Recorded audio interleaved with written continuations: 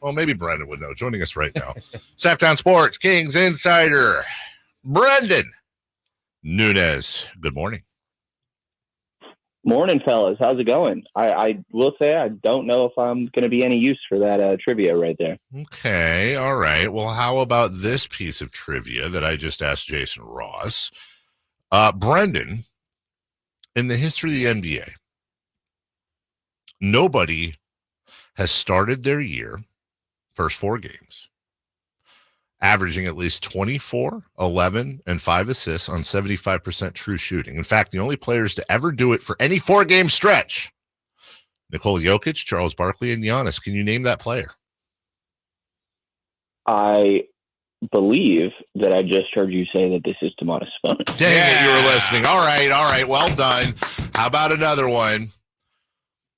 There is one. Victor Wembanyama just happened. There is one player in the league playing with a new teammate who is so far 7 of 7 from the field and 4 of 4 from beyond the arc on passes from this player. And if you guessed that player to be Kevin Huerter and the other player to be DeMar DeRozan, you're 100% correct. They've already got great chemistry, guys, and that's where we're here. Chemistry is the word of the day, if you will. Your thoughts on the last 2 games as opposed to the first 2? Yeah, I mean, I think that even if you look at them as a whole, that the Kings are playing pretty good basketball. Those first 2, you let it go. You let some pretty big runs happen from the other team that I think kind of took you out of winnable situations, but you took care of business against Portland and Utah. I think that was an issue last year, not beating the teams you were supposed to. There's a Portland loss, there's a Charlotte loss, there's a Detroit loss. There's another one in there at least that I'm missing as well. So taking care of business and doing it convincingly where your starters aren't on the floor for the last 5 minutes. I thought in Utah they were on the floor maybe a little longer than I would have necessarily had them out there. But you win the games that you're supposed to, and I think that's going to be important in what's supposed to be a really crowded Western Conference. So the offense looks good, and you're going to play against a couple teams here on the rest of this road trip that have pretty poor offenses themselves. So as long as your defense can do enough, I think the Kings should be able to put up enough points to win at least 2 of these next 3 on the road as well. You know, Brenden, another thing, it's very early, but I think in the sample size, that chemistry of that starting 5, something they've done this year that, again, early, but they didn't do as well last year. I think they've started games relatively well, but the third quarters have been really strong, especially the last 2. What are you seeing right now, specifically with that starting 5 that's clicking so well with this group?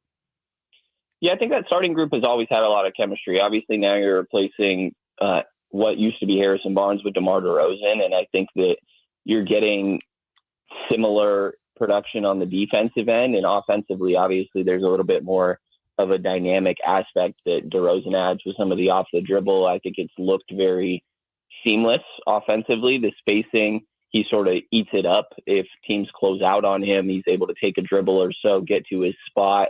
I think that the offensive flow has been fairly similar to what we've seen in years prior, and there's definitely an emphasis of, if we have a lead, let's try to put this team away. And I think that we heard that after the Minnesota game, that they tried to put them away at the beginning of the third quarter.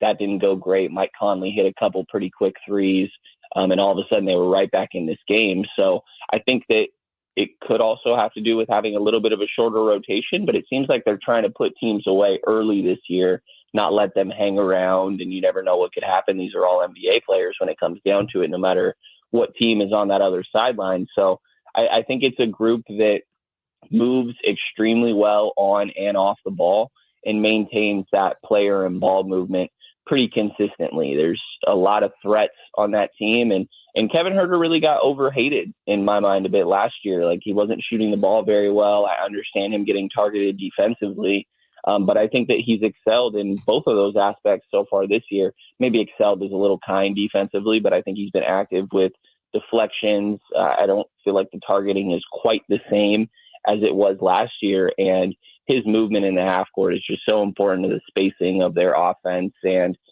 such a threat. Even when the 3 ball wasn't going down at a great rate, he's always going to get defended like the elite shooter that he is. So I really think offensively that group is just totally rolling, and you have enough ways to spread out the responsibility on the offensive end, that all these talented guys there also get to remain engaged defensively.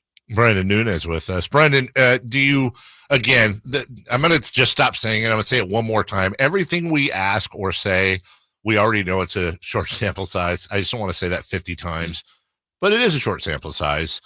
Has Mike Brown, in your opinion, figured out the Keon Ellis minutes quandary? I want to say yes, but I, have the same preface that you don't want to do, and I don't want to do either, but we have to, that it's a short sample size, and literally 3 games ago, he wasn't in the rotation.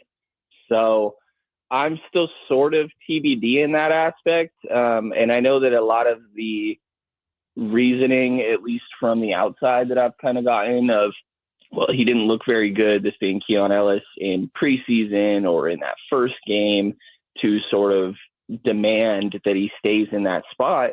But my argument would be there's a larger sample size of all of last season when he was on the floor being a productive player. So I think he needs to be out there nightly. It could have been a motivation tactic of sorts. And if that was the case, I would say that Keon played really well in those 2 games. Since having that DNP, he's a guy that makes his money by being somebody that does the dirty work, the diving on the floor in one of those last 2 games over a loose ball, or he had a putback dunk because he was just simply hustling it right before he got a steal on the possession prior. So I think he's somebody that needs to be in the nightly rotation. And I would say that Mike Brown is still in the phase of the season where he's trying to figure out what that's going to look like on a nightly basis. Like, we're still going with De'Aaron Fox being one of the first subs, but who's he going to run with in that second unit? And I think right now it's been Keon and Malik Monk, which is a little bit smaller. And I don't know if you can do that on a nightly basis based on matchups, but I do think that Keon needs to be out there every single night. And right now we're looking at about a 8-9 man rotation. And it wouldn't surprise me if we stayed there, but I still think there's some ironing out of what the ideal rotation looks like when it comes to who's playing with who nightly. Yeah, I agree, Brenden, on that. I think that's the piece right now through the short amount of games they've played that hasn't been either figured out or, the guys that have played off the bench, that's been the most inconsistent, I think. And that's probably the next piece of involvement for this group, because the 5 metric-wise and the way they're playing, I think that looks good. But that bench group, I think Mike Brown still has to completely figure out. I know he trusts Monk, trusts Lyles, but kind of the rest of the group, I don't think they've got that figured out yet. How about you? I would say the same. I think it really stands out to me when Domantas Sabonis is off the floor. I don't have the exact numbers in front of me right now, but their highest offensive rating is with him on the floor, and their lowest offensive rating is with him off the floor, and that's below 100.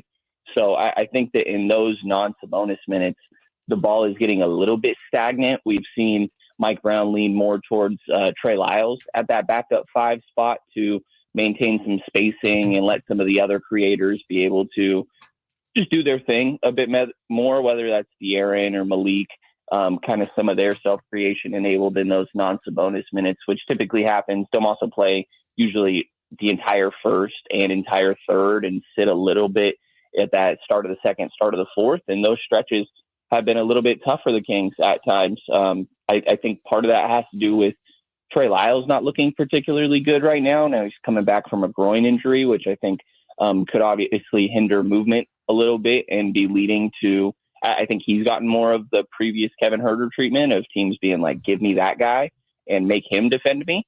So I think that Trey will end up coming around, but right now I do think that bench needs some work, and specifically the non-Sabonis minutes. Brenden Nunes with us, Sacramento Kings insider for Sactown Sports. I hate asking you curveball questions like this just in case you're not up to date. We wouldn't blame you, or you can absolutely lie and make up an answer. Have you heard any rumblings, any updates, anything at all about Devin Carter? I cannot say that I've heard any updates. Oh, make it up then. Say that, yeah, I can give you at least a little bit of something. At the practices before they had gone on their break, before they had gone on their road trip, we'd seen him start to get some shots up. And that seems, I guess, about par for course, but also a little early in my mind for the time frame of where he's doing this. I think that, like I mentioned, Trey Lyles being a little bit slow, maybe coming back from injury. Kevin Huerter's looked great.